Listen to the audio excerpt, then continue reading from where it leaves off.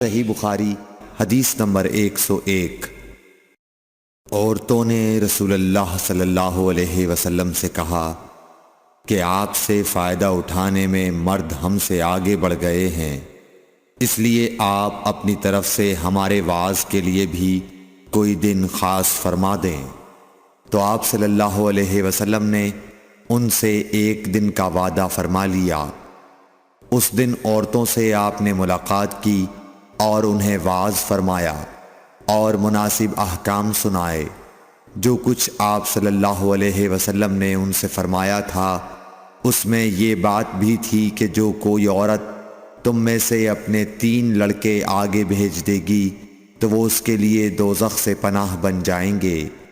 اس پر ایک عورت نے کہا اگر 2 بچے بھیج دے؟ آپ نے فرمایا ہاں، اور 2 کا بھی یہ حکم ہے۔ صحیح بخاری حدیث نمبر 103۔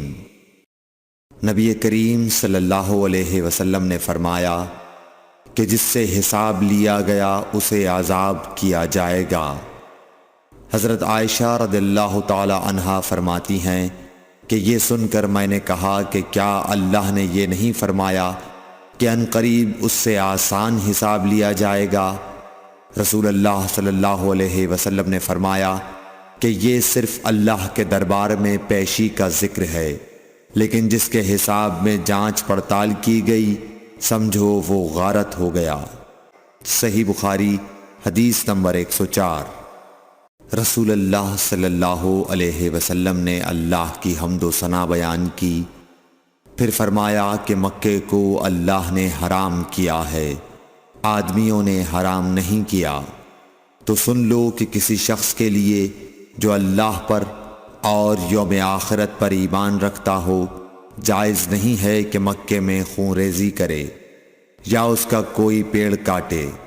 پھر اگر کوئی اللہ کے رسول کے لڑنے کی وجہ سے اس کا جواز نکالے تو اس سے کہہ دو اللہ نے اپنے رسول کے لیے اجازت دی تھی، تمہارے لیے نہیں دی، اور مجھے بھی دن کے کچھ لمحوں کے لیے اجازت ملی تھی، آج اس کی حرمت لوٹ آئی جیسی کل تھی، اور حاضر غائب کو یہ بات پہنچا دے۔ صحیح بخاری حدیث نمبر 105۔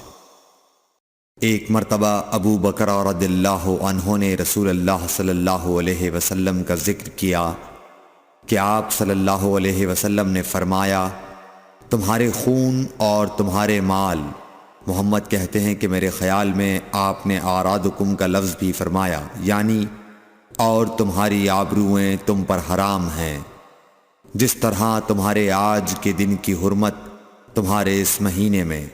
سن لو یہ خبر حاضر غائب کو پہنچا دے۔ اور محمد راوی حدیث کہتے تھے کہ رسول اللہ صلی اللہ علیہ وسلم نے سچ فرمایا۔ پھر دوبارہ فرمایا کہ کیا میں نے اللہ کا یہ حکم تمہیں نہیں پہنچا دیا؟ صحیح بخاری حدیث نمبر 106۔ رسول اللہ صلی اللہ علیہ وسلم نے فرمایا کہ مجھ پر جھوٹ مت بولو، کیونکہ جو مجھ پر جھوٹ باندھے وہ دوزخ میں داخل ہو۔ صحیح بخاری حدیث نمبر 107۔ رسول اللہ صلی اللہ علیہ وسلم نے فرمایا کہ جو شخص مجھ پر جھوٹ باندھے گا وہ اپنا ٹھکانہ جہنم بنا لے۔ صحیح بخاری حدیث نمبر 108۔ نبی اکرم صلی اللہ علیہ وسلم نے فرمایا کہ جو شخص مجھ پر جان بوجھ کر جھوٹ باندھے تو وہ اپنا ٹھکانہ جہنم میں بنا لے۔ صحیح بخاری حدیث نمبر 109۔ رسول اللہ صلی اللہ علیہ وسلم نے فرمایا کہ جو شخص میرے نام سے وہ بات بیان کرے جو میں نے نہیں کہی تو وہ اپنا ٹھکانہ جہنم میں بنا لے۔ صحیح بخاری حدیث نمبر 110۔ رسول اللہ صلی اللہ علیہ وسلم کا فرمان ہے کہ اپنی اولاد کا میرے نام کے اوپر نام رکھو مگر میری کنیت اختیار نہ کرو، اور جس شخص نے مجھے خواب میں دیکھا تو بلا شبہ اس نے مجھے دیکھا، کیونکہ شیطان میری صورت میں نہیں آ سکتا، اور جو شخص مجھ پر جان بوجھ کر جھوٹ بولے وہ دوزخ میں اپنا ٹھکانہ تلاش کرے۔ صحیح بخاری حدیث نمبر 111۔ جحیفہ کہتے ہیں کہ میں نے حضرت علی رضی اللہ عنہ سے پوچھا کہ کیا تمہارے پاس کوئی اور بھی کتاب ہے؟ انہوں نے فرمایا کہ نہیں، مگر اللہ کی کتاب قرآن ہے، یا پھر فہم ہے جو وہ ایک مسلمان کو عطا کرتا ہے، یا پھر جو کچھ صحیفے میں ہے۔ میں نے پوچھا اس صحیفے میں کیا ہے؟ انہوں نے فرمایا دیت اور قیدیوں کی رہائی کا بیان ہے، اور یہ حکم کہ مسلمان کافر کے بدلے قتل نہ کیا جائے۔ صحیح بخاری حدیث نمبر 112۔ قبیلہ خزاعہ کے کسی شخص نے بنو لیث کے کسی آدمی کو اپنے مقتول کے بدلے میں مار دیا تھا۔ یہ فتح مکہ والے سال کی بات ہے۔ رسول اللہ صلی اللہ علیہ وسلم کو یہ خبر دی گئی۔ آپ نے اپنی اونٹنی پر سوار ہو کر خطبہ پڑھا اور فرمایا کہ اللہ نے مکے سے قتل یا ہاتھی کو روک لیا۔ امام بخاری رحمۃ اللہ علیہ فرماتے ہیں اس لفظ کو شک کے ساتھ سمجھو۔ ایسا ہی ابو نعیم وغیرہ نے القتل اور الفیل کہا ہے۔ ان کے علاوہ دوسرے لوگ الفیل کہتے ہیں۔ پھر رسول اللہ صلی اللہ علیہ وسلم نے فرمایا کہ اللہ نے ان پر اپنے رسول اور مسلمانوں کو غالب کر دیا، اور سمجھ لو کہ وہ مکہ کسی کے لیے حلال نہیں ہوا، نہ مجھ سے پہلے اور نہ آئندہ کبھی ہوگا، اور میرے لیے بھی صرف دن کے تھوڑے سے حصے کے لیے حلال کر دیا گیا تھا۔ سن لو کہ وہ اس وقت حرام ہے، نہ اس کا کوئی کانٹا توڑا جائے، نہ اس کے درخت کاٹے جائیں، اور اس کی گری پڑی چیزیں بھی وہی اٹھائے جس کا منشا یہ ہو کہ وہ اس شے کا تعارف کرا دے گا۔ تو اگر کوئی شخص مارا جائے تو اس کے عزیزوں کو اختیار ہے دو باتوں کا، یا دیت لیں یا بدلہ۔ اتنے میں ایک یمنی آدمی ابو شاہ نامی آیا اور کہنے لگا یہ مسائل میرے لیے لکھوا دیجئے۔ تب آپ نے فرمایا کہ ابو فلاں کے لیے یہ مسائل لکھ دو۔ تو ایک قریشی شخص نے کہا یا رسول اللہ مگر اذخر، یعنی اذخر کاٹنے کی اجازت دے دیجئے، کیونکہ اسے ہم گھروں کی چھتوں پر ڈالتے ہیں، یا مٹی ملا کر اور اپنی قبروں میں بھی ڈالتے ہیں۔ یہ سن کر رسول اللہ صلی اللہ علیہ وسلم نے فرمایا کہ ہاں مگر اذخر۔ صحیح بخاری حدیث نمبر 113۔ وہب بن منبح کے بھائی کہتے ہیں کہ میں نے حضرت ابو ہریرہ رضی اللہ تعالی عنہ کو کہتے ہوئے سنا کہ رسول اللہ صلی اللہ علیہ وسلم کے صحابہ میں عبداللہ بن عمر رضی اللہ عنہ کے علاوہ مجھ سے زیادہ کوئی حدیث بیان کرنے والا نہیں تھا، مگر وہ لکھ لیا کرتے تھے اور میں لکھتا نہیں تھا۔ صحیح بخاری حدیث نمبر 114۔ جب نبی اکرم صلی اللہ علیہ وسلم کے مرض میں شدت ہو گئی تو آپ صلی اللہ علیہ وسلم نے فرمایا کہ میرے پاس سامان کتابت لاؤ تاکہ تمہارے لیے ایک تحریر لکھ دوں، تاکہ بعد میں تم گمراہ نہ ہو سکو۔ اس پر حضرت عمر رضی اللہ عنہ نے لوگوں سے کہا کہ اس وقت آپ صلی اللہ علیہ وسلم پر تکلیف کا غلبہ ہے، اور ہمارے پاس اللہ کی کتاب قرآن موجود ہے جو ہمیں ہدایت کے لیے کافی ہے۔ اس پر لوگوں کی رائے مختلف ہو گئی اور شور و غل زیادہ ہونے لگا۔ آپ صلی اللہ علیہ وسلم نے فرمایا میرے پاس سے اٹھ کھڑے ہو، میرے پاس جھگڑنا ٹھیک نہیں۔ اس پر ابن عباس رضی اللہ عنہ یہ کہتے ہوئے نکل گئے کہ بے شک مصیبت بڑی سخت مصیبت ہے، وہ چیز جو ہمارے اور رسول کے اور آپ کی تحریر کے درمیان حائل ہو گئی۔ صحیح بخاری حدیث نمبر 115۔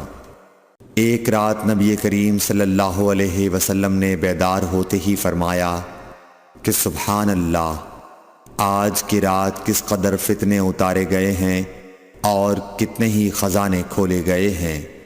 ان حجرے والیوں کو جگاؤ، کیونکہ بہت سی عورتیں جو دنیا میں باریک کپڑا پہننے والی ہیں وہ آخرت میں ننگی ہوں گی۔ صحیح بخاری حدیث نمبر 116۔ حضرت عبداللہ بن عمر رضی اللہ عنہ نے فرمایا کہ آخر عمر میں ایک دفعہ رسول اللہ صلی اللہ علیہ وسلم نے ہمیں عشاء کی نماز پڑھائی۔ جب آپ نے سلام پھیرا تو کھڑے ہو گئے اور فرمایا کہ تمہاری آج کی رات وہ ہے کہ اس رات سے 100 برس کے آخر تک کوئی شخص جو زمین پر ہے وہ باقی نہیں رہے گا۔ صحیح بخاری حدیث نمبر 117۔ حضرت عبداللہ بن عباس رضی اللہ تعالی عنہ فرماتے ہیں کہ ایک رات میں اپنی خالہ میمونہ بنت حارث زوجہ نبی کریم صلی اللہ علیہ وسلم کے پاس گزاری، اور نبی کریم صلی اللہ علیہ وسلم اس دن ان کی رات میں انہی کے گھر تھے۔ آپ صلی اللہ علیہ وسلم نے عشاء کی نماز مسجد میں پڑھی، پھر گھر تشریف لائے اور 4 رکعت نماز نفل پڑھ کر آپ سو گئے۔ پھر اٹھے اور فرمایا کہ ابھی تک یہ لڑکا سو رہا ہے یا اسی جیسا لفظ فرمایا۔ پھر آپ نماز پڑھنے کھڑے ہو گئے اور میں بھی وضو کر کے آپ کی بائیں جانب کھڑا ہو گیا، تو آپ صلی اللہ علیہ وسلم نے مجھے دائیں جانب کھڑا کر لیا۔ تب آپ نے 5 رکعت پڑھیں، پھر 2 پڑھیں، پھر آپ سو گئے، یہاں تک کہ میں نے آپ کے خراٹے کی آواز سنی۔ پھر آپ کھڑے ہو کر نماز کے لیے باہر تشریف لے آئے۔ صحیح بخاری حدیث نمبر 118۔ حضرت ابو ہریرہ رضی اللہ تعالیٰ عنہ کہتے ہیں کہ لوگ کہتے ہیں کہ ابو ہریرہ بہت حدیثیں بیان کرتے ہیں، اور میں کہتا ہوں کہ قرآن میں 2 آیتیں نہ ہوتیں تو میں کوئی حدیث بیان نہ کرتا۔ پھر یہ آیت پڑھی جس کا ترجمہ یہ ہے، جو لوگ اللہ کی نازل کی ہوئی دلیلوں اور آیتوں کو چھپاتے ہیں، آخر آیت رحیم تک۔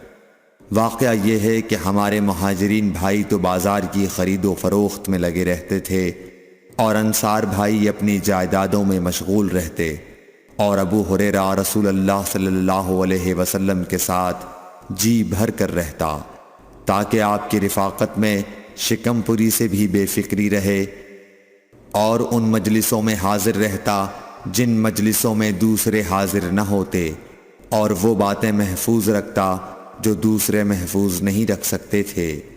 صحیح بخاری حدیث نمبر 119۔ ابو ہریرہ رضی اللہ عنہ کہتے ہیں کہ میں نے عرض کیا، یا رسول اللہ، میں آپ سے بہت سی باتیں سنتا ہوں مگر بھول جاتا ہوں۔ آپ صلی اللہ علیہ وسلم نے فرمایا، اپنی چادر پھیلاؤ۔ میں نے اپنی چادر پھیلائی، آپ صلی اللہ علیہ وسلم نے اپنے دونوں ہاتھوں کی چلو بنائی اور میری چادر میں ڈال دی، فرمایا کہ چادر کو بدن پر لپیٹ لو۔ میں نے چادر کو اپنے بدن پر لپیٹ لیا، پھر اس کے بعد میں کوئی چیز نہیں بھولا۔ صحیح بخاری حدیث نمبر 120۔ حضرت ابو ہریرہ رضی اللہ عنہ فرماتے ہیں کہ میں نے رسول اللہ صلی اللہ علیہ وسلم سے علم کے 2 برتن یاد کر لیے ہیں، ایک کو میں نے پھیلا دیا ہے، اور دوسرا برتن اگر میں پھیلاؤں تو میرا یہ نرخراک کاٹ دیا جائے۔ صحیح بخاری حدیث نمبر 121۔ نبی اکرم صلی اللہ علیہ وسلم نے حجۃ الوداع میں فرمایا کہ لوگوں کو بالکل خاموش کر دو تاکہ وہ خوب سن لیں۔ پھر فرمایا، لوگوں میرے بعد پھر کافر مت بن جانا کہ ایک دوسرے کی گردن مارنے لگو۔ صحیح بخاری حدیث نمبر 122۔ رسول اللہ صلی اللہ علیہ وسلم نے فرمایا کہ ایک روز موسیٰ علیہ السلام نے کھڑے ہو کر بنی اسرائیل میں خطبہ دیا، تو آپ سے پوچھا گیا کہ لوگوں میں سب سے زیادہ صاحب علم کون ہے؟ انہوں نے فرمایا کہ میں ہوں۔ اس وجہ سے اللہ کا غصہ ان پر ہوا کہ انہوں نے علم کو خدا کے حوالے کیوں نہ کر دیا۔ تب اللہ نے ان کی طرف وحی بھیجی کہ میرے بندوں میں سے ایک بندہ دریاؤں کے سنگم پر ہے، جہاں فارس اور روم کے سمندر ملتے ہیں، وہ تجھ سے زیادہ عالم ہے۔ موسیٰ علیہ السلام نے کہا کہ اے پروردگار، میری ان سے ملاقات کیسے ہو؟ حکم ہوا کہ ایک مچھلی زنبیل میں رکھ لو، پھر جہاں تم اس مچھلی کو گم کر دو گے تو وہ بندہ تمہیں وہیں ملے گا۔ تب موسیٰ علیہ السلام چلے اور ساتھ اپنے خادم یوشع بن نون کو لے لیا اور انہوں نے زنبیل میں مچھلی رکھ لی۔ جب ایک پتھر کے پاس پہنچے دونوں اپنے سر اس پر رکھ کر سو گئے اور مچھلی زنبیل سے نکل کر دریا میں اپنی راہ بناتی چلی گئی۔ اور یہ بات موسیٰ علیہ السلام اور ان کے ساتھی کے لیے بے حد تعجب کی تھی۔ پھر دونوں باقی رات اور دن میں جتنا وقت باقی تھا چلتے رہے۔ جب صبح ہوئی موسیٰ علیہ السلام نے خادم سے کہا ہمارا ناشتہ لاؤ، اس سفر میں ہم نے کافی تکلیف اٹھائی ہے۔ اور موسیٰ علیہ السلام بالکل نہیں تھکے تھے، مگر جب اس جگہ سے آگے نکل گئے جہاں تک انہیں جانے کا حکم ملا تھا تب ان کے خادم نے کہا کہ کیا آپ نے دیکھا تھا کہ جب ہم صخرہ کے پاس ٹھہرے تھے تو میں مچھلی کا ذکر بھول گیا۔ بقول بعض صخرہ کے نیچے آب حیات تھا، وہ اس مچھلی پر پڑا اور وہ زندہ ہو کر بقدرت الہی دریا میں چل دی۔ یہ سن کر موسیٰ علیہ السلام بولے کہ یہ ہی وہ جگہ ہے جس کی ہمیں تلاش تھی، تو وہ پچھلے پاؤں واپس ہو گئے۔ جب پتھر تک پہنچے تو دیکھا کہ ایک شخص کپڑا اوڑھے ہوئے موجود ہے۔ موسیٰ علیہ السلام نے انہیں سلام کیا۔ خضر نے کہا کہ تمہاری سرزمین میں سلام کہاں؟ پھر موسیٰ علیہ السلام نے کہا کہ میں موسیٰ ہوں۔ خضر بولے کہ بنی اسرائیل کے موسیٰ؟ انہوں نے جواب دیا ہاں۔ پھر کہا کہ کیا میں آپ کے ساتھ چل سکتا ہوں تاکہ آپ مجھے ہدایت کی وہ باتیں بتلاؤ جو اللہ نے خاص آپ ہی کو سکھلائی ہیں؟ خضر بولے کہ تم میرے ساتھ صبر نہیں کر سکو گے۔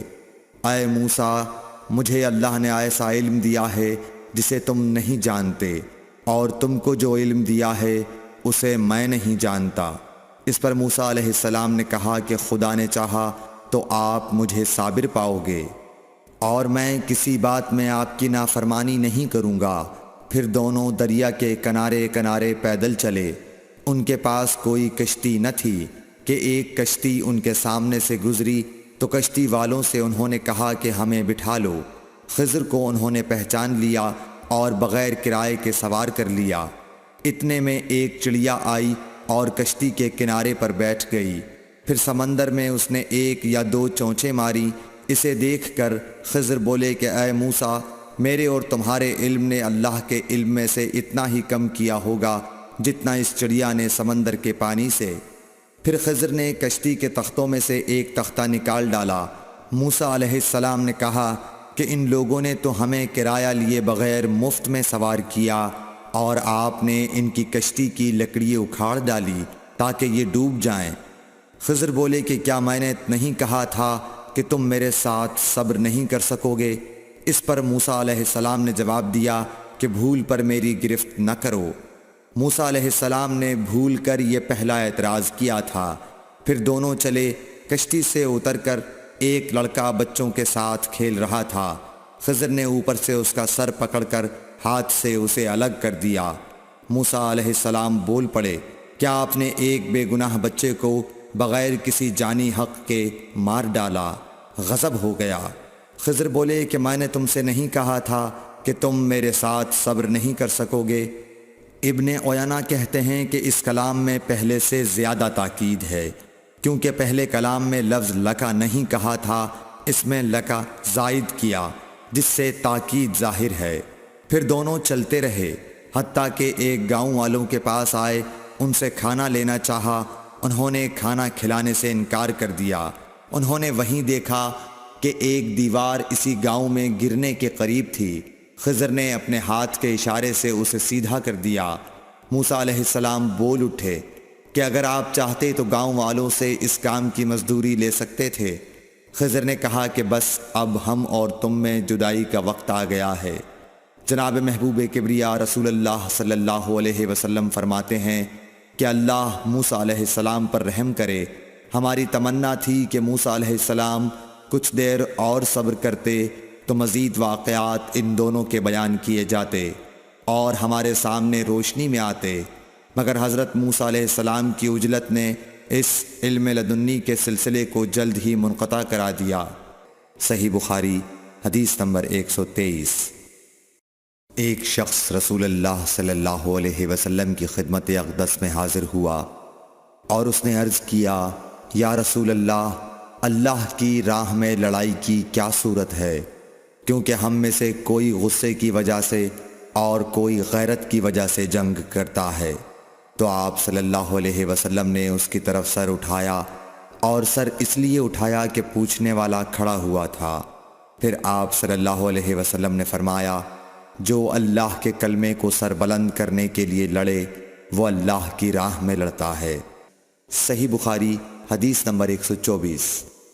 رسول اللہ صلی اللہ علیہ وآلہ وسلم سے رمی کے وقت پوچھا جا رہا تھا تو ایک شخص نے عرض کیا، یا رسول اللہ، میں نے رمی سے قبل قربانی کر لی۔ آپ صلی اللہ علیہ وسلم نے فرمایا، اب رمی کر لو، کچھ حرج نہیں ہوا۔ دوسرے نے کہا، یا رسول اللہ، میں نے قربانی سے پہلے سر مڈا لیا۔ آپ صلی اللہ علیہ وسلم نے فرمایا، اب قربانی کر لو، کچھ حرج نہیں۔ اس وقت جس چیز کے بارے میں جو آگے پیچھے ہو گئی تھی آپ سے پوچھا گیا، آپ صلی اللہ علیہ وسلم نے یہی جواب دیا، اب کر لو، کچھ حرج نہیں۔ صحیح بخاری حدیث نمبر 125۔ حضرت عبداللہ بن مسعود رضی اللہ تعالی عنہ کہتے ہیں کہ ایک مرتبہ میں رسول کریم صلی اللہ علیہ وسلم کے ساتھ مدینے کے کھنڈرات میں چل رہا تھا، اور آپ کھجور کی چھڑی پر سہارا دے کر چل رہے تھے، تو کچھ یہودیوں کا ادھر سے گزر ہوا۔ ان میں سے ایک نے دوسرے سے کہا کہ آپ سے روح کے بارے میں کچھ پوچھو۔ ان میں سے کسی نے کہا، مت پوچھو، ایسا نہ ہو کہ وہ کوئی ایسی بات کہہ دیں جو تمہیں ناگوار ہو۔ مگر ان میں سے بعض نے کہا کہ ہم ضرور پوچھیں گے۔ پھر ایک شخص نے کھڑے ہو کر کہا، اے ابو القاسم، روح کیا چیز ہے؟ آپ نے خاموشی اختیار فرمائی۔ میں نے دل میں کہا کہ آپ پر وحی آ رہی ہے، اس لیے میں کھڑا ہو گیا۔ جب آپ صلی اللہ علیہ وسلم سے وہ کیفیت دور ہو گئی تو آپ صلی اللہ علیہ وسلم نے قرآن کی یہ آیت جو اس وقت نازل ہوئی تھی تلاوت فرمائی، اے نبی، تم سے یہ لوگ روح کے بارے میں پوچھ رہے ہیں، کہہ دو کہ روح میرے رب کے حکم سے ہے، اور تمہیں علم کا بہت تھوڑا حصہ دیا گیا ہے، اس لیے تم روح کی حقیقت نہیں سمجھ سکتے۔ صحیح بخاری حدیث نمبر 126۔ رسول اللہ صلی اللہ علیہ وآلہ وسلم نے ارشاد فرمایا کہ اے عائشہ، اگر تیری قوم دور جاہلیت کے ساتھ قریب نہ ہوتی بلکہ پرانی ہو گئی ہوتی، ابن زبیر نے کہا یعنی زمانہ کفر کے ساتھ قریب نہ ہوتی، تو میں کعبے کو توڑ دیتا اور اس کے لیے 2 دروازے بنا دیتا، ایک دروازے سے لوگ داخل ہوتے اور دوسرے دروازے سے باہر نکلتے۔ صحیح بخاری حدیث نمبر 127۔ حضرت علی رضی اللہ عنہ کا ارشاد ہے کہ لوگوں سے وہ باتیں کرو جنہیں وہ پہچانتے ہوں۔ کیا تمہیں یہ پسند ہے کہ لوگ اللہ اور اس کے رسول کو جھٹلا دیں؟ صحیح بخاری حدیث نمبر 128۔ ایک مرتبہ حضرت معاذ بن جبل رسول اللہ صلی اللہ علیہ وسلم کے پیچھے سواری پر سوار تھے۔ آپ نے فرمایا، اے معاذ، میں نے عرض کیا حاضر ہوں یا رسول اللہ۔ آپ صلی اللہ علیہ وسلم نے دوبارہ فرمایا، اے معاذ، میں نے عرض کیا حاضر ہوں اے اللہ کے رسول۔ آپ صلی اللہ علیہ وسلم نے 12 فرمایا، اے معاذ، میں نے عرض کیا حاضر ہوں اے اللہ کے رسول۔ 3 بار ایسا ہوا۔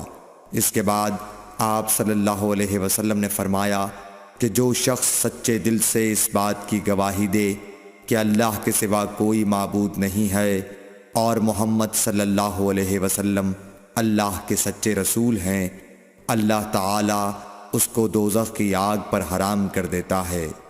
میں نے کہا، یا رسول اللہ، کیا اس بات سے لوگوں کو باخبر نہ کر دوں تاکہ وہ خوش ہو جائیں؟ آپ صلی اللہ علیہ وسلم نے فرمایا، اگر تم یہ خبر سناؤ گے تو لوگ اس پر بھروسہ کر بیٹھیں گے اور عمل چھوڑ دیں گے۔ صحیح بخاری حدیث نمبر 129۔ رسول کریم صلی اللہ علیہ وسلم نے ایک روز معاذ رضی اللہ عنہ سے فرمایا کہ جو شخص اللہ سے اس کیفیت کے ساتھ ملاقات کرے کہ اس نے اللہ کے ساتھ کسی کو شریک نہ کیا ہو، وہ یقیناً جنت میں داخل ہوگا۔ معاذ بولے، یا رسول اللہ، کیا میں اس بات کی لوگوں کو بشارت نہ سنا دوں؟ آپ صلی اللہ علیہ وسلم نے فرمایا، نہیں، مجھے خوف ہے کہ لوگ اس پر بھروسہ کر بیٹھیں گے۔ صحیح بخاری حدیث نمبر 130۔ ام سلیم نامی ایک عورت رسول کریم صلی اللہ علیہ وسلم کی خدمت اقدس میں حاضر ہوئیں اور عرض کیا کہ یا رسول اللہ، اللہ تعالی حق بات بیان کرنے سے نہیں شرماتا، اس لیے میں پوچھتی ہوں کہ کیا احتلام سے عورت پر بھی غسل ضروری ہے؟ آپ صلی اللہ علیہ وسلم نے فرمایا کہ ہاں، جب عورت پانی دیکھ لے، یعنی کپڑے وغیرہ پر منی کا اثر معلوم ہو۔ تو یہ سن کر حضرت ام سلمہ رضی اللہ عنہا نے شرم کی وجہ سے اپنا چہرہ چھپا لیا اور کہا، یا رسول اللہ، کیا عورت کو بھی احتلام ہوتا ہے؟ آپ نے فرمایا، ہاں، تیرے ہاتھ خاک آلود ہوں، پھر کیوں اس کا بچہ اس کی صورت کے مشابہ ہوتا ہے؟ یعنی یہی اس کے احتلام کا ثبوت ہے۔ صحیح بخاری حدیث نمبر 131۔ رسول اللہ صلی اللہ علیہ وسلم نے ایک مرتبہ فرمایا کہ درختوں میں سے ایک درخت ایسا ہے جس کے پتے کبھی نہیں جھڑتے، اور اس کی مثال مسلمان جیسی ہے، مجھے بتلاؤ وہ کیا درخت ہے؟ تو لوگ جنگلی درختوں کی سوچ میں پڑ گئے، اور عبداللہ بن عمر کے دل میں آیا کہ میں بتلا دوں کہ وہ کھجور کا پیڑ ہے۔ عبداللہ کہتے ہیں کہ پھر مجھے شرم آ گئی اور میں چپ ہی رہا۔ تب لوگوں نے عرض کیا، یا رسول اللہ، آپ ہی خود اس کے بارے میں بتلائیے۔ آپ نے فرمایا، وہ کھجور ہے۔ عبداللہ کہتے ہیں کہ میرے جی میں جو بات تھی وہ اپنے والد حضرت عمر رضی اللہ عنہ کو بتلائی۔ وہ کہنے لگے کہ اگر تو اس وقت کہہ دیتا تو میرے لیے ایسے ایسے قیمتی سرمایے سے زیادہ محبوب ہوتا۔ صحیح بخاری حدیث نمبر 132۔ حضرت علی رضی اللہ تعالی عنہ سے روایت ہے کہ میں ایسا شخص تھا جسے جریان مزی کی شکایت تھی، تو میں نے اپنے شاگرد مقداد کو حکم دیا کہ وہ رسول اللہ صلی اللہ علیہ وسلم سے دریافت کریں، تو انہوں نے آپ صلی اللہ علیہ وسلم سے اس بارے میں پوچھا۔ آپ صلی اللہ علیہ وسلم نے فرمایا کہ اس مرض میں غسل نہیں ہے، ہاں وضو فرض ہے۔ صحیح بخاری حدیث نمبر 133۔ ایک آدمی نے مسجد میں کھڑے ہو کر عرض کیا، یا رسول اللہ، آپ ہمیں کس جگہ سے احرام باندھنے کا حکم دیتے ہیں؟ تو رسول اللہ صلی اللہ علیہ وسلم نے فرمایا، مدینے والے ذوالحلیفہ سے احرام باندھیں، اور اہل شام جحفہ سے، اور نجد والے قرن منازل سے۔ ابن عمر نے فرمایا کہ لوگوں کا خیال ہے کہ رسول اللہ صلی اللہ علیہ وسلم نے فرمایا کہ یمن والے یلملم سے احرام باندھیں، اور ابن عمر کہا کرتے تھے کہ مجھے یہ آخری جملہ رسول اللہ صلی اللہ علیہ وسلم سے یاد نہیں۔ صحیح بخاری حدیث نمبر 134۔ ایک شخص نے آپ صلی اللہ علیہ وسلم سے پوچھا کہ احرام باندھنے والے کو کیا پہننا چاہیے؟ آپ صلی اللہ علیہ وسلم نے فرمایا کہ نہ قمیص پہنے، نہ صافہ باندھے، اور نہ پاجامہ، اور نہ کوئی سرپوش اوڑھے، اور نہ کوئی زعفران اور ورس سے رنگا ہوا کپڑا پہنے، اور اگر جوتے نہ ملیں تو موزے پہن لے، اور انہیں اس طرح کاٹ دے کہ ٹخنوں سے نیچے ہو جائیں۔ صحیح بخاری حدیث نمبر 135۔ رسول اللہ صلی اللہ علیہ وسلم نے فرمایا کہ جو شخص حدث کرے اس کی نماز قبول نہیں ہوتی جب تک کہ وہ دوبارہ وضو نہ کر لے۔ حضرموت کے ایک شخص نے پوچھا کہ اے ابو ہریرہ، حدث ہونا کیا ہے؟ آپ نے فرمایا، پخانے کے مقام سے نکلنے والی آواز والی یا بے آواز والی ہوا۔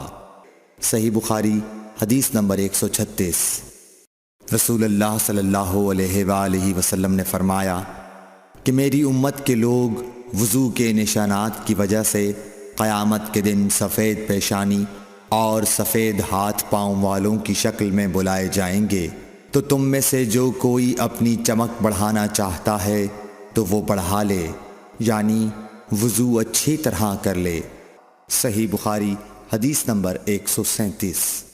رسول کریم صلی اللہ علیہ وسلم سے شکایت کی گئی کہ ایک شخص ہے جسے یہ خیال ہوتا ہے کہ نماز میں کوئی چیز یعنی ہوا نکلتی معلوم ہوئی ہے۔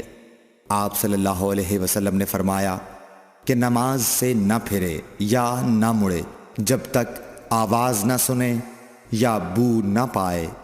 صحیح بخاری حدیث نمبر 138۔ نبی کریم صلی اللہ علیہ وسلم سوئے یہاں تک کہ آپ خراٹے لینے لگے، پھر آپ نے نماز پڑھی، اور کبھی راوی نے یوں کہا کہ آپ صلی اللہ علیہ وسلم لیٹ گئے پھر خراٹے لینے لگے، پھر آپ صلی اللہ علیہ وسلم کھڑے ہوئے، اس کے بعد نماز پڑھی۔ ابن عباس رضی اللہ تعالی عنہ کہتے تھے کہ ایک مرتبہ میں نے اپنی خالہ ام المومنین حضرت میمونہ کے گھر رات گزاری تو میں نے دیکھا کہ رسول اللہ صلی اللہ علیہ وسلم رات کو اٹھے۔ جب تھوڑی رات باقی رہ گئی تو آپ صلی اللہ علیہ وسلم نے اٹھ کر ایک لٹکے ہوئے مشکیزے سے ہلکا سا وضو کیا۔ عمرو اس کا ہلکا پن اور معمولی ہونا بیان کرتے تھے، اور آپ کھڑے ہو کر نماز پڑھنے لگے تو میں نے بھی اسی طرح وضو کیا جس طرح آپ صلی اللہ علیہ وسلم نے کیا تھا، پھر آ کر آپ کے بائیں طرف کھڑا ہو گیا۔ اور کبھی سفیان نے ان یسارہ کے بجائے ان شمالہ کا لفظ کہا، مطلب دونوں کا ایک ہی ہے۔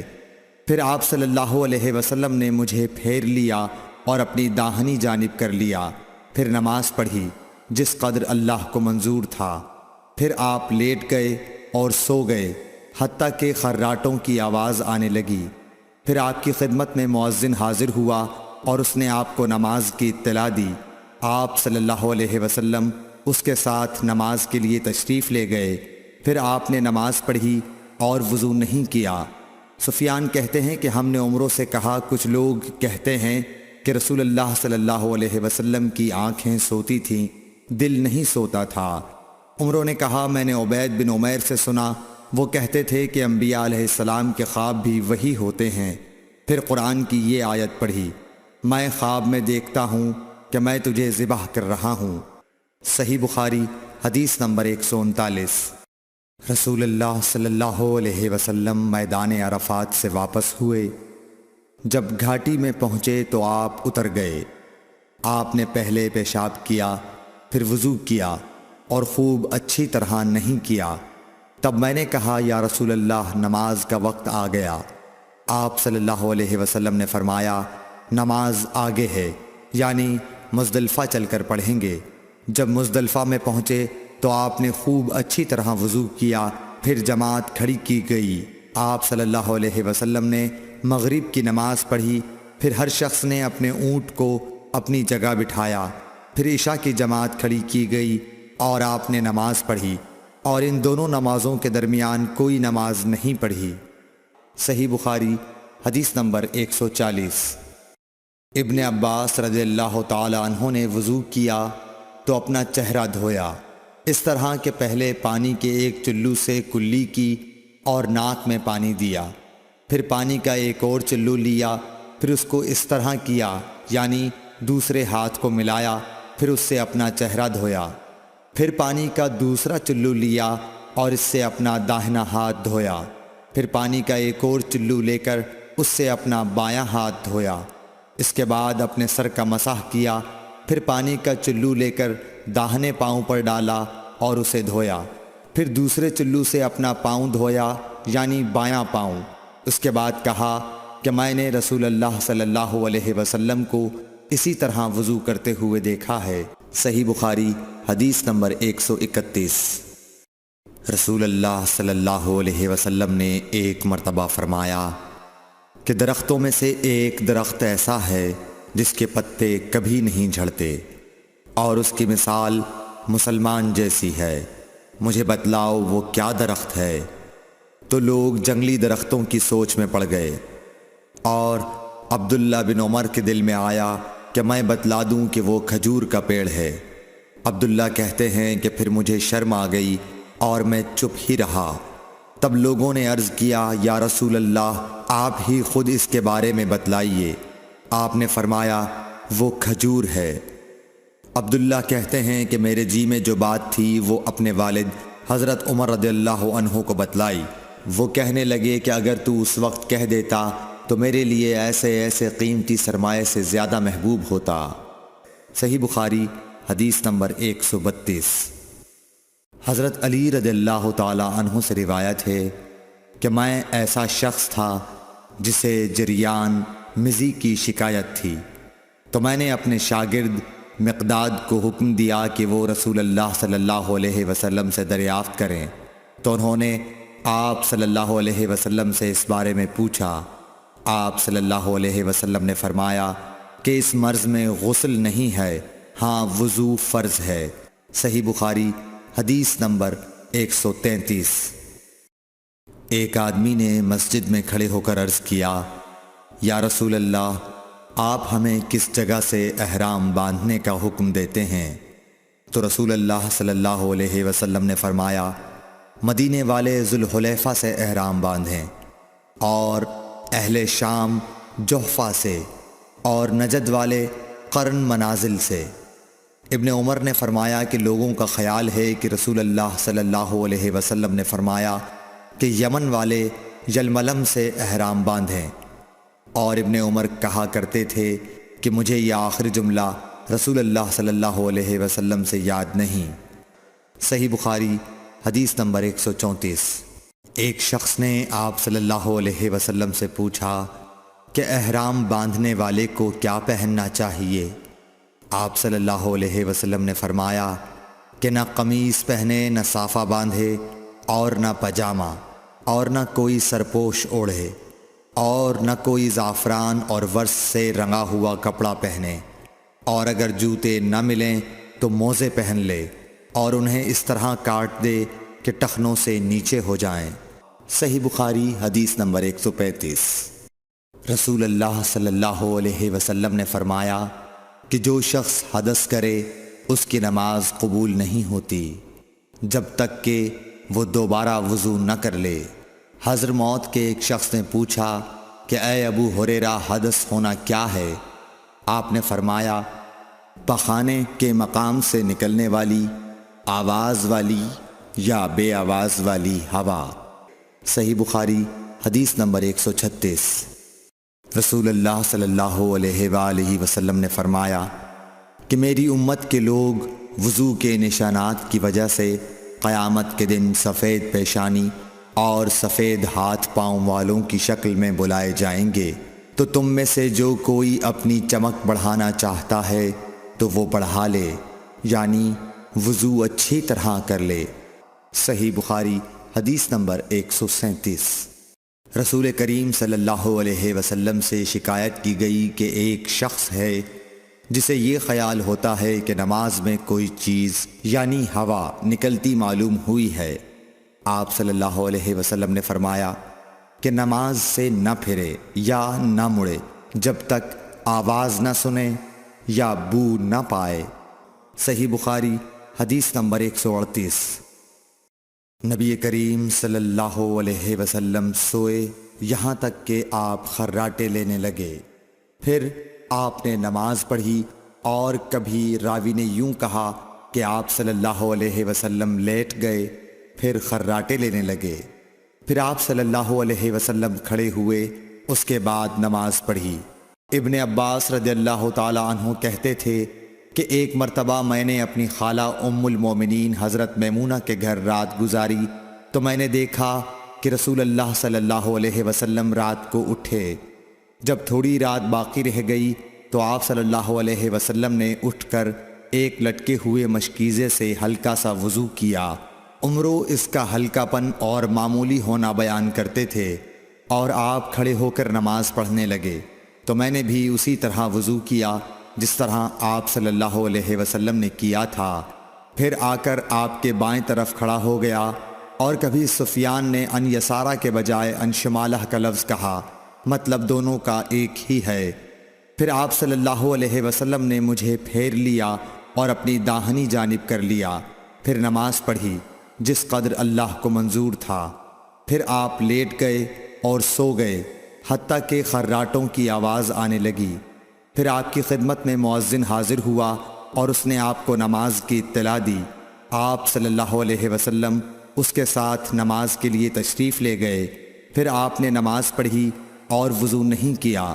سفیان کہتے ہیں کہ ہم نے عمروں سے کہا، کچھ لوگ کہتے ہیں کہ رسول اللہ صلی اللہ علیہ وسلم کی آنکھیں سوتی تھیں، دل نہیں سوتا تھا۔ عمروں نے کہا، میں نے عبید بن عمیر سے سنا، وہ کہتے تھے کہ انبیاء علیہ السلام کے خواب بھی وہی ہوتے ہیں۔ پھر قرآن کی یہ آیت پڑھی، میں خواب میں دیکھتا ہوں کہ میں تجھے ذبح کر رہا ہوں۔ صحیح بخاری حدیث نمبر 139۔ رسول اللہ صلی اللہ علیہ وسلم میدان عرفات سے واپس ہوئے۔ جب گھاٹی میں پہنچے تو آپ اتر گئے۔ آپ نے پہلے پیشاب کیا، پھر وضو کیا اور خوب اچھی طرح نہیں کیا۔ تب میں نے کہا، یا رسول اللہ، نماز کا وقت آ گیا۔ آپ صلی اللہ علیہ وسلم نے فرمایا، نماز آگے ہے، یعنی مزدلفہ چل کر پڑھیں گے۔ جب مزدلفہ میں پہنچے تو آپ نے خوب اچھی طرح وضو کیا، پھر جماعت کھڑی کی گئی۔ آپ صلی اللہ علیہ وسلم نے مغرب کی نماز پڑھی، پھر ہر شخص نے اپنے اونٹ کو اپنی جگہ بٹھایا۔ پھر عشاء کی جماعت کھڑی کی گئی اور آپ نے نماز پڑھی، اور ان دونوں نمازوں کے درمیان کوئی نماز نہیں پڑھی۔ صحیح بخاری حدیث نمبر 140۔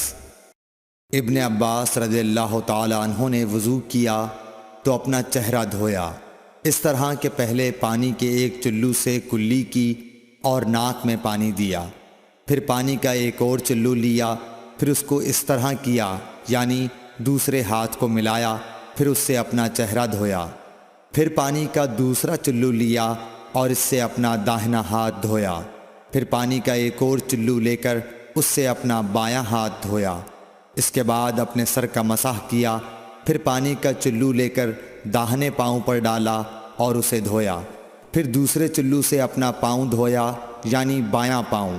اس کے بعد کہا کہ میں نے رسول اللہ صلی اللہ علیہ وسلم کو اسی طرح وضو کرتے ہوئے دیکھا ہے۔ صحیح بخاری حدیث نمبر 141۔ نبی اکرم صلی اللہ علیہ وآلہ وسلم نے فرمایا، جب تم میں سے کوئی اپنی بیوی سے جمع کرے تو کہے، اللہ کے نام کے ساتھ شروع کرتا ہوں۔ اے اللہ، ہمیں شیطان سے بچا اور شیطان کو اس چیز سے دور رکھ جو تو اس جمع کے نتیجے میں ہمیں عطا فرمائے۔ یہ دعا پڑھنے کے بعد جمع کرنے سے میاں بیوی کو جو اولاد ملے گی اسے شیطان نقصان نہیں پہنچا سکتا۔ صحیح بخاری حدیث نمبر 142۔ رسول کریم صلی اللہ علیہ وسلم جب قضاء حاجت کے لیے بیت الخلاء میں داخل ہوتے تو یہ دعا پڑھتے، اے اللہ، میں ناپاک جنوں اور ناپاک جنیوں سے تیری پناہ مانگتا ہوں۔ صحیح بخاری حدیث نمبر 143۔ ابن عباس رضی اللہ تعالی عنہ سے روایت ہے کہ نبی کریم صلی اللہ علیہ وسلم پاخانے میں تشریف لے گئے۔ میں نے پاخانے کے قریب آپ کے لیے وضو کا پانی رکھ دیا۔ باہر نکل کر آپ نے پوچھا، یہ کس نے رکھا؟ جب آپ کو بتلایا گیا تو آپ نے میرے لیے دعا کی اور فرمایا، اے اللہ، اس کو دین کی سمجھ عطا فرمائیو۔ صحیح بخاری حدیث نمبر 144۔ رسول اللہ صلی اللہ علیہ وسلم نے فرمایا کہ جب تم میں سے کوئی پخانے میں جائے تو قبلے کی طرف منہ کرے، نہ اس کی طرف پشت کرے، بلکہ مشرق کی طرف منہ کر لو یا مغرب کی طرف۔ صحیح بخاری حدیث نمبر 145۔ لوگ کہتے تھے کہ جب قضاء حاجت کے لیے بیٹھو تو نہ قبلے کی طرف منہ کرو نہ بیت المقدس کی طرف۔ یہ سن کر عبداللہ بن عمر رضی اللہ تعالی عنہ نے فرمایا کہ ایک دن میں اپنے گھر کی چھت پر چڑھا تو میں نے حضرت صلی اللہ علیہ وسلم کو دیکھا کہ آپ بیت المقدس کی طرف منہ کر کے 2 اینٹوں پر قضاء حاجت کے لیے بیٹھے ہیں۔ پھر عبداللہ بن عمر رضی اللہ عنہ نے واسع سے کہا کہ شاید تم ان لوگوں میں سے ہو جو اپنے چوتڑوں کے بل نماز پڑھتے ہیں۔ تب میں نے کہا، اللہ کی قسم میں نہیں جانتا کہ آپ کا مطلب کیا ہے۔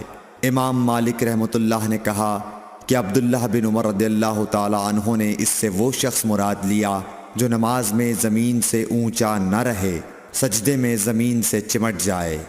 صحیح بخاری حدیث نمبر 146۔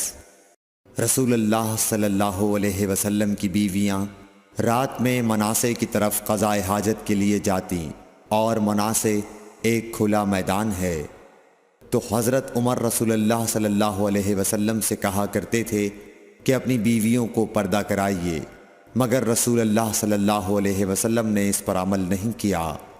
ایک روز رات کو عشاء کے وقت حضرت سودا بنت زمع رسول اللہ صلی اللہ علیہ وسلم کی اہلیہ جو دراز قد عورت تھیں باہر گئیں۔ حضرت عمر رضی اللہ عنہ نے انہیں آواز دی اور کہا ہم نے تمہیں پہچان لیا، اور ان کی خواہش یہ تھی کہ پردے کا حکم نازل ہو جائے، چنانچہ اس کے بعد اللہ نے پردے کا حکم نازل فرما دیا۔ صحیح بخاری حدیث نمبر 147۔ آپ صلی اللہ علیہ وسلم نے اپنی بیویوں سے فرمایا کہ تمہیں قضائے حاجت کے لیے باہر نکلنے کی اجازت ہے۔ صحیح بخاری حدیث نمبر 148۔ عبداللہ بن عمر رضی اللہ تعالی عنہ فرماتے ہیں کہ ایک دن میں اپنی بہن اور رسول اللہ صلی اللہ علیہ وسلم کی اہلیہ محترمہ حفصہ کے مکان کی چھت پر اپنی کسی ضرورت سے چڑھا، تو مجھے رسول اللہ صلی اللہ علیہ وسلم قضائے حاجت کرتے وقت قبلے کی طرف پشت اور شام کی طرف منہ کیے ہوئے نظر آئے۔ صحیح بخاری حدیث نمبر 149۔ عبداللہ بن عمر رضی اللہ تعالی عنہ نے خبر دی، وہ کہتے ہیں کہ ایک دن میں اپنے گھر کی چھت پر چڑھا تو مجھے رسول اللہ صلی اللہ علیہ وسلم 2 اینٹوں پر قضائے حاجت کے وقت بیت المقدس کی طرف منہ کیے ہوئے نظر آئے۔ صحیح بخاری حدیث نمبر 150۔ انس بن مالک رضی اللہ تعالی عنہ کہتے تھے کہ جب رسول اللہ صلی اللہ علیہ وسلم رفع حاجت کے لیے نکلتے تو میں اور ایک لڑکا اپنے ساتھ پانی کا برتن لے آتے تھے، مطلب یہ کہ اس پانی سے رسول اللہ صلی اللہ علیہ وسلم طہارت کیا کرتے تھے۔ صحیح بخاری حدیث نمبر 151۔ انس رضی اللہ تعالی عنہ کہتے ہیں کہ جب نبی کریم صلی اللہ علیہ وسلم قضائے حاجت کے لیے نکلتے، میں اور ایک لڑکا دونوں آپ صلی اللہ علیہ وسلم کے پیچھے جاتے تھے اور ہمارے ساتھ پانی کا ایک برتن ہوتا تھا۔ صحیح بخاری حدیث نمبر 152۔ انس بن مالک کہتے تھے کہ رسول اللہ صلی اللہ علیہ وسلم پخانے میں جاتے تو میں اور ایک لڑکا پانی کا برتن اور نیزہ لے کر چلتے تھے، پانی سے آپ طہارت کرتے تھے۔ صحیح بخاری حدیث نمبر 153۔ رسول اللہ صلی اللہ علیہ وسلم نے فرمایا جب تم میں سے کوئی پانی پیے تو برتن میں سانس نہ لے، اور جب پخانے میں جائے تو اپنی شرمگاہ کو داہنے ہاتھ سے نہ چھوئے اور نہ داہنے ہاتھ سے استنجا کرے۔ صحیح بخاری حدیث نمبر 154۔ نبی کریم صلی اللہ علیہ وسلم نے فرمایا جب تم میں سے کوئی پیشاب کرے تو اپنا وضو اپنے داہنے ہاتھ سے نہ پکڑے، نہ داہنے سے طہارت کرے، نہ پانی پیتے وقت برتن میں سانس لے۔ صحیح بخاری حدیث نمبر 155۔ حضرت ابو ہریرہ کہتے ہیں کہ رسول کریم صلی اللہ علیہ وسلم ایک مرتبہ رفع حاجت کے لیے تشریف لے گئے۔ آپ کی عادت مبارکہ تھی کہ آپ چلتے وقت ادھر ادھر نہیں دیکھا کرتے تھے، تو میں بھی آپ کے پیچھے آپ کے قریب پہنچ گیا۔ مجھے دیکھ کر آپ نے فرمایا کہ مجھے پتھر ڈھونڈ دو تاکہ میں ان سے پاکی حاصل کروں، یا اسی جیسا کوئی لفظ فرمایا، اور فرمایا کہ ہڈی اور گوبر نہ لانا۔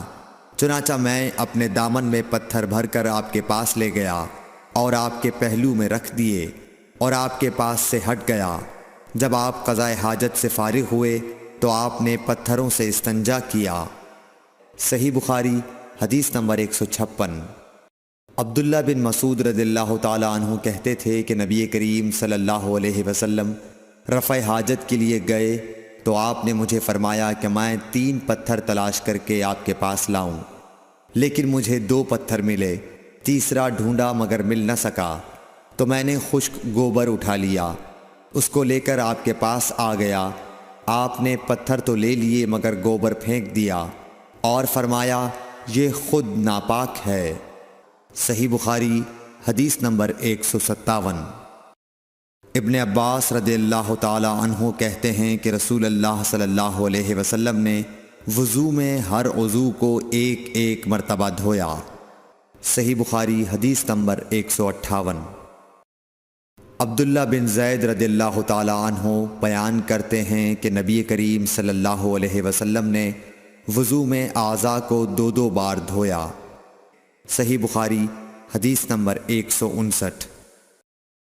حضرت عثمان بن عفان رضی اللہ تعالی عنہ نے پانی کا برتن مانگا اور لے کر پہلے اپنی ہتھیلیوں پر 3 مرتبہ پانی ڈالا، پھر انہیں دھویا۔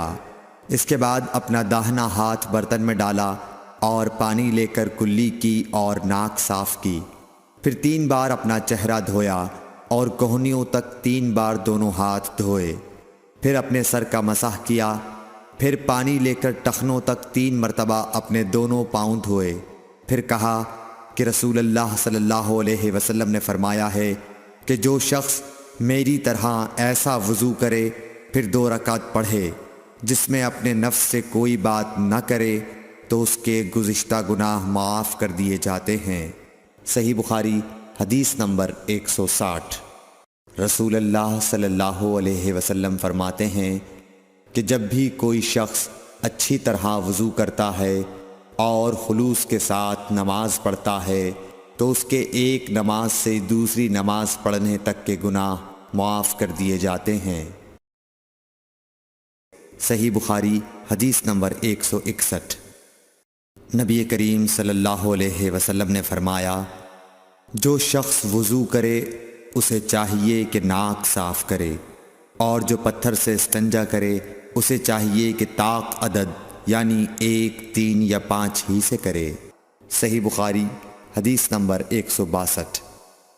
رسول اللہ صلی اللہ علیہ وسلم نے فرمایا کہ جب تم میں سے کوئی وضو کرے تو اسے چاہیے کہ اپنی ناک میں پانی دے، پھر اسے صاف کرے، اور جو شخص پتھروں سے استنجا کرے اسے چاہیے کہ بے جوڑ عدد یعنی 1 یا 3 سے استنجا کرے، اور جب تم میں سے کوئی سو کر اٹھے تو وضو کے پانی میں ہاتھ ڈالنے سے پہلے اسے دھو لے، کیونکہ تم میں سے کوئی نہیں جانتا کہ رات کو اس کا ہاتھ کہاں رہا ہے۔ صحیح بخاری حدیث نمبر 163۔ عبداللہ بن عمر رضی اللہ تعالی عنہ کہتے ہیں کہ ایک مرتبہ رسول اللہ صلی اللہ علیہ وسلم ایک سفر میں ہم سے پیچھے رہ گئے، پھر تھوڑی دیر بعد آپ صلی اللہ علیہ وسلم نے ہم کو پا لیا اور عصر کا وقت آ پہنچا تھا۔ ہم وضو کرنے لگے اور اچھی طرح پاؤں دھونے کے بجائے جلدی میں ہم پاؤں پر مسح کرنے لگے۔ آپ صلی اللہ علیہ وسلم نے فرمایا ایڑیوں کے لیے آگ کا عذاب ہے، 2 مرتبہ یا 3 مرتبہ فرمایا۔ صحیح بخاری حدیث نمبر 164۔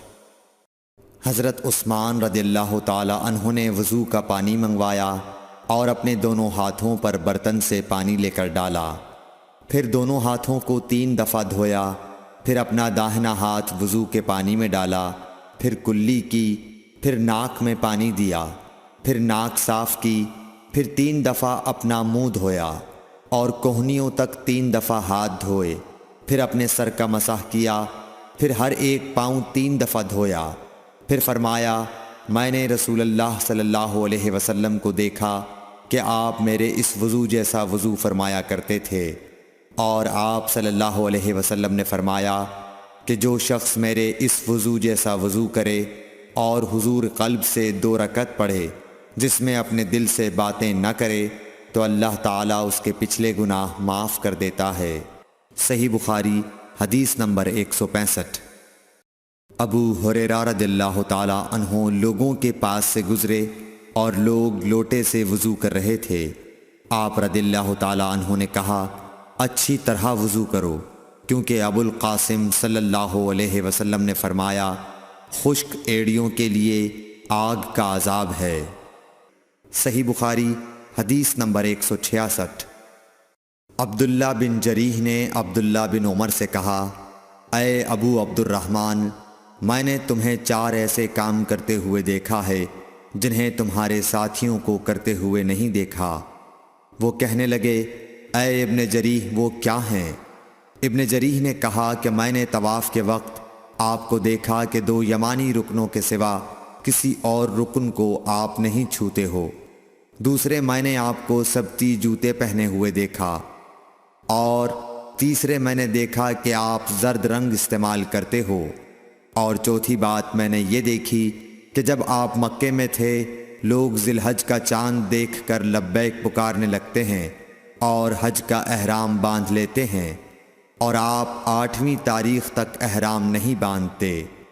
حضرت عبداللہ بن عمر رضی اللہ تعالی عنہ نے جواب دیا کہ دوسرے ارکان کو تو میں یوں نہیں چھوتا کہ میں نے رسول اللہ صلی اللہ علیہ وسلم کو یمانی رکنوں کے علاوہ کسی اور رکن کو چھوتے ہوئے نہیں دیکھا، اور رہے سبتی جوتے تو میں نے رسول اللہ صلی اللہ علیہ وسلم کو ایسے جوتے پہنے ہوئے دیکھا کہ جن کے چمڑے پر بال نہیں تھے، اور آپ انہی کو پہنے پہنے وضو فرمایا کرتے تھے، تو میں بھی انہی کو پہننا پسند کرتا ہوں۔ اور زرد رنگ کی یہ بات ہے کہ میں نے رسول اللہ صلی اللہ علیہ وسلم کو زرد رنگ رنگتے ہوئے دیکھا ہے، تو میں بھی اسی رنگ سے رنگنا پسند کرتا ہوں۔ اور احرام باندھنے کا معاملہ یہ ہے کہ میں نے رسول اللہ صلی اللہ علیہ وسلم کو اس وقت تک احرام باندھتے ہوئے نہیں دیکھا جب تک آپ کی اونٹنی آپ کو لے کر نہ چل پڑتی۔ صحیح بخاری حدیث نمبر 167۔ رسول اللہ صلی اللہ علیہ وسلم نے اپنی مرحومہ صاحبزادی حضرت زینب کو غسل دیتے وقت فرمایا تھا کہ غسل داہنی طرف سے دو اور اعضائے وضو سے غسل کی ابتدا کرو۔ صحیح بخاری حدیث نمبر 168۔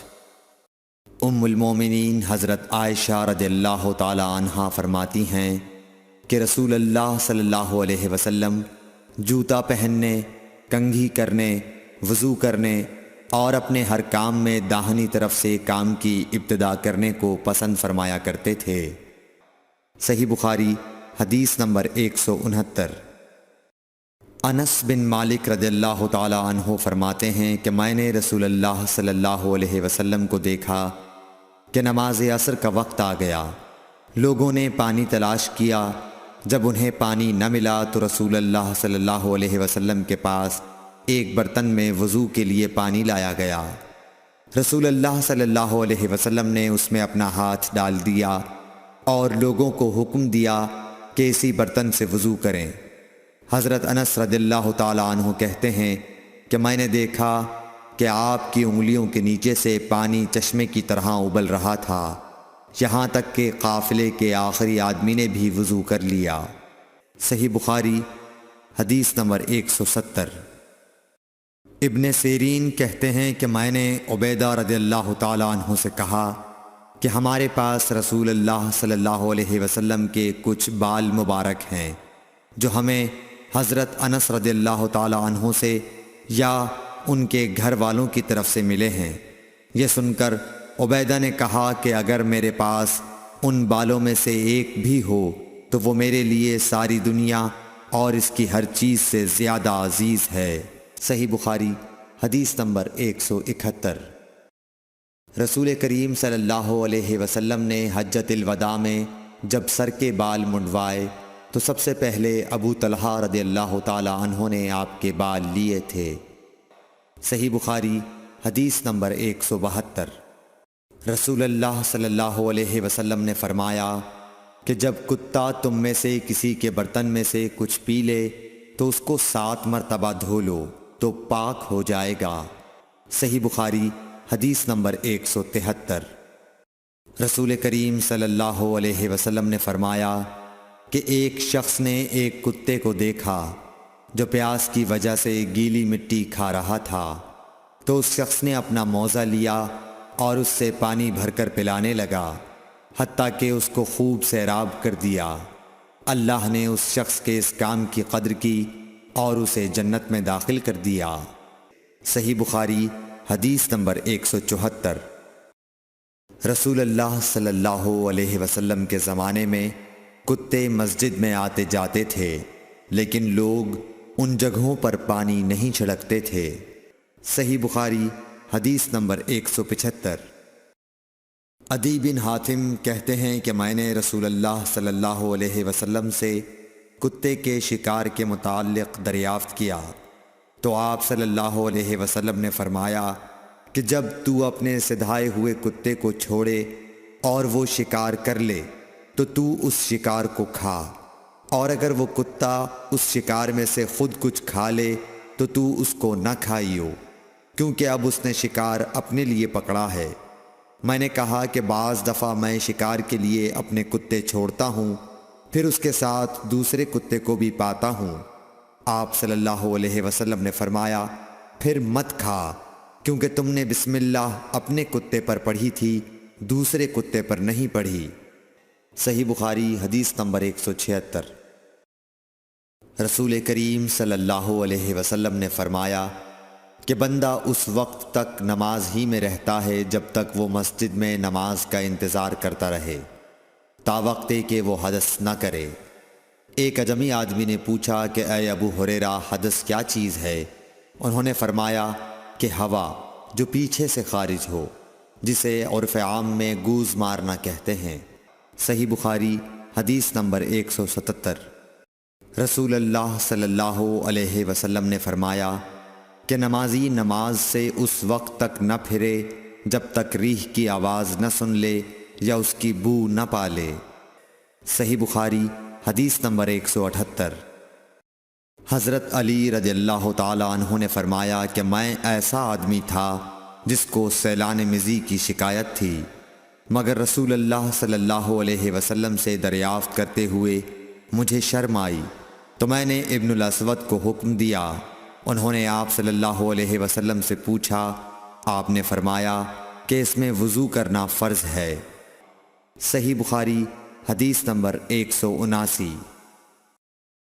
زید بن خالد نے حضرت عثمان بن عفان رضی اللہ تعالی عنہ سے پوچھا کہ اگر کوئی شخص صحبت کرے اور منی نہ نکلے، فرمایا کہ وضو کرے جس طرح نماز کے لیے وضو کرتا ہے، اور اپنے وضو کو دھو لے۔ حضرت عثمان رضی اللہ تعالی عنہ کہتے ہیں کہ یہ میں نے رسول اللہ صلی اللہ علیہ وسلم سے سنا ہے۔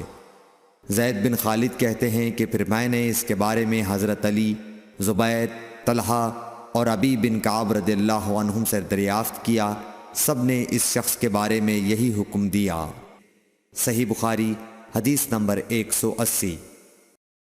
رسول اللہ صلی اللہ علیہ وسلم نے ایک انصاری کو بلایا، وہ آئے تو ان کے سر سے پانی ٹپک رہا تھا۔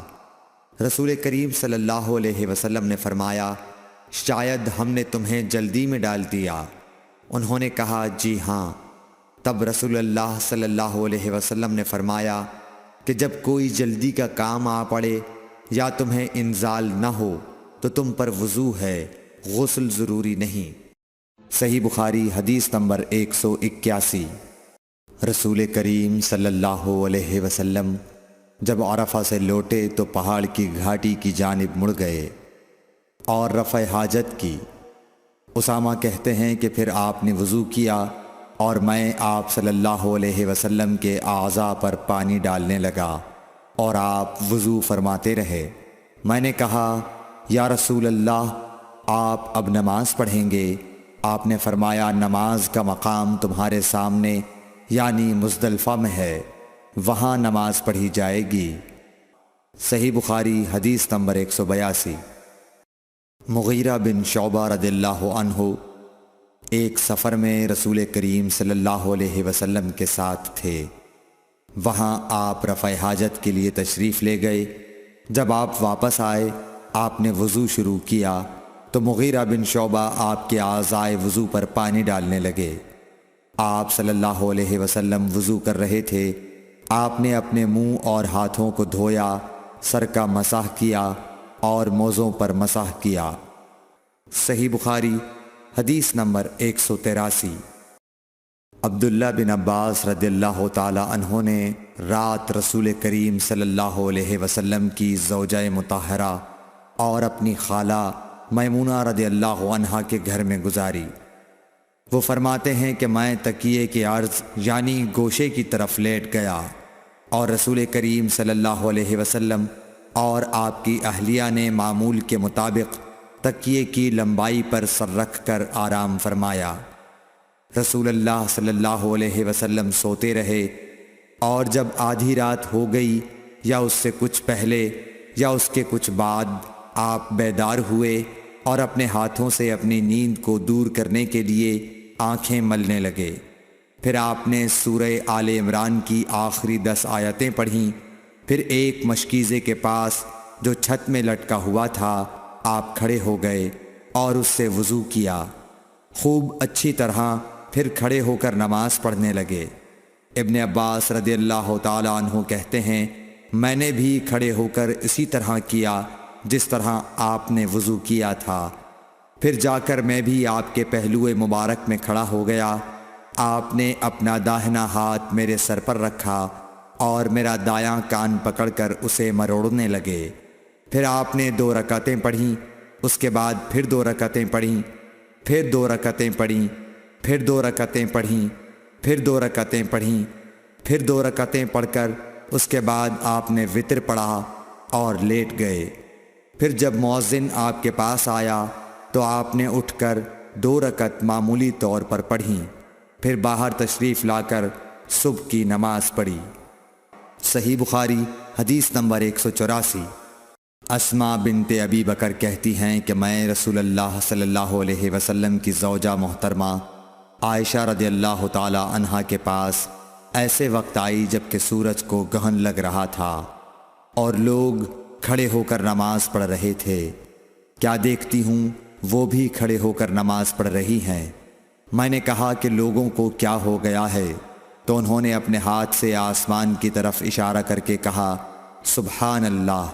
میں نے کہا کیا یہ کوئی خاص نشانی ہے؟ تو انہوں نے اشارے سے کہا کہ ہاں۔ تو میں بھی آپ کے ساتھ نماز کے لیے کھڑی ہو گئی۔ آپ نے اتنا قیام فرمایا کہ مجھ پر غشی طاری ہونے لگی اور میں اپنے سر پر پانی ڈالنے لگی۔ جب رسول اللہ صلی اللہ علیہ وسلم نماز سے فارغ ہوئے تو آپ نے اللہ کی حمد و ثنا بیان کی اور فرمایا آج کوئی چیز ایسی نہیں رہی جس کو میں نے اپنی اس جگہ نہ دیکھ لیا ہو، حتیٰ کہ جنت اور دوزخ کو بھی دیکھ لیا، اور مجھ پر یہ وحی کی گئی ہے کہ تم لوگوں کو قبروں میں آزمایا جائے گا، دجال جیسی آزمائش یا اس کے قریب قریب۔ راوی کا بیان ہے کہ میں نہیں جانتی کہ اسماء نے کون سا لفظ کہا۔ تم میں سے ہر ایک کے پاس اللہ کے فرشتے بھیجے جائیں گے اور اس سے کہا جائے گا کہ تمہارا اس شخص یعنی محمد صلی اللہ علیہ وسلم کے بارے میں کیا خیال ہے؟ پھر اسماء نے لفظ ایماندار کہا یا یقین رکھنے والا کہا، مجھے یاد نہیں۔ بہرحال وہ شخص کہے گا کہ محمد صلی اللہ علیہ وسلم اللہ کے سچے رسول ہیں، وہ ہمارے پاس نشانیاں اور ہدایت کی روشنی لے کر آئے، ہم نے اسے قبول کیا، ایمان لائے اور آپ کا اتباع کیا۔ پھر اس سے کہہ دیا جائے گا کہ تو سو جا، در حال یہ کہ تو مرد صالح ہے اور ہم جانتے تھے کہ تو مومن ہے، اور بہرحال منافق یا شکی آدمی۔ اسماء نے کون سا لفظ کہا مجھے یاد نہیں۔ جب اس سے پوچھا جائے گا کہے گا کہ میں کچھ نہیں جانتا، میں نے لوگوں کو جو کہتے سنا وہی میں نے بھی کہہ دیا۔ صحیح بخاری حدیث نمبر 185۔ ایک آدمی نے عبداللہ بن زید رضی اللہ تعالی عنہ جو عمرو بن یحییٰ کے دادا ہیں سے پوچھا کہ کیا آپ مجھے دکھا سکتے ہیں کہ رسول اللہ صلی اللہ علیہ وسلم نے کس طرح وضو کیا ہے؟ عبداللہ بن زید رضی اللہ تعالی عنہ نے کہا کہ ہاں۔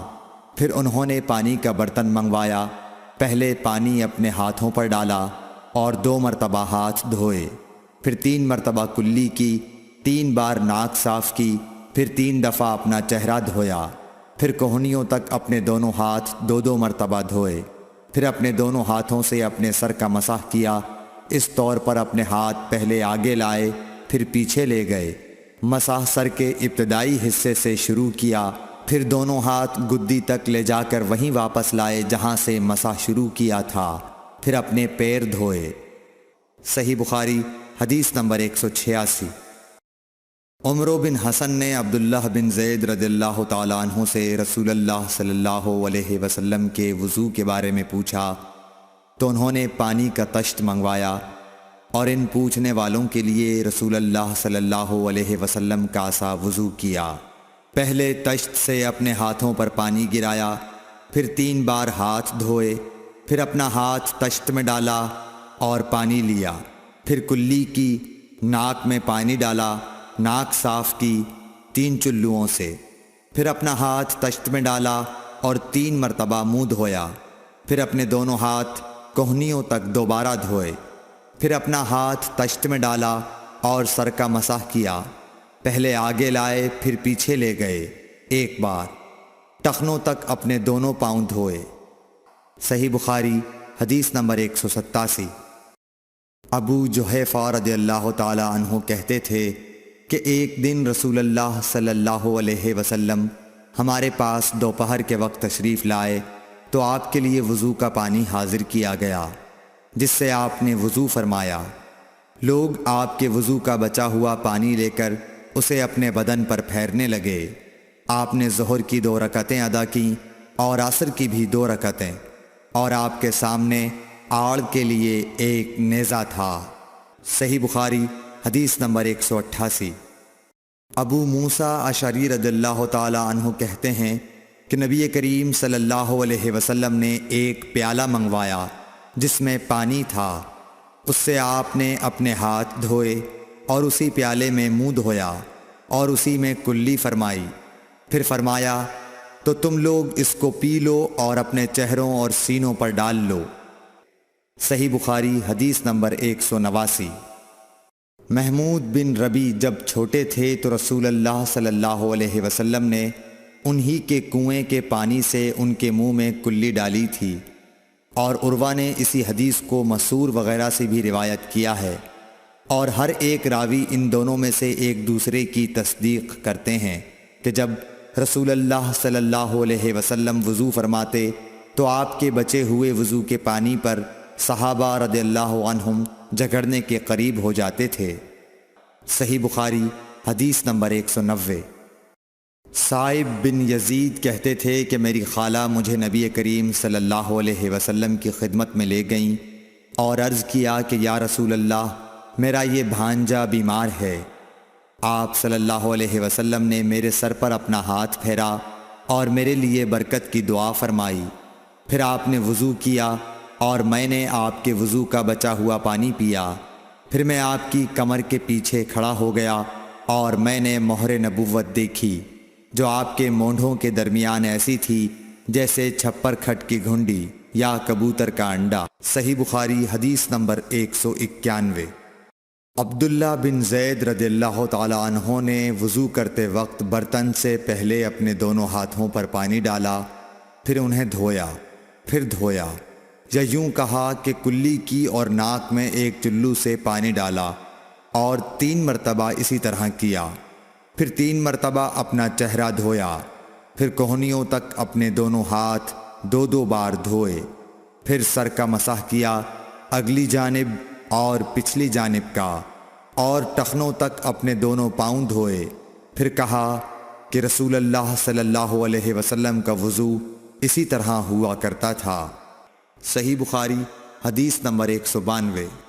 عبداللہ بن زید رضی اللہ تعالی عنہ سے رسول کریم صلی اللہ علیہ وسلم کے وضو کے بارے میں پوچھا تو عبداللہ بن زید رضی اللہ عنہ نے پانی کا ایک تشت منگوایا، پھر ان لوگوں کے دکھانے کے لیے وضو شروع کیا۔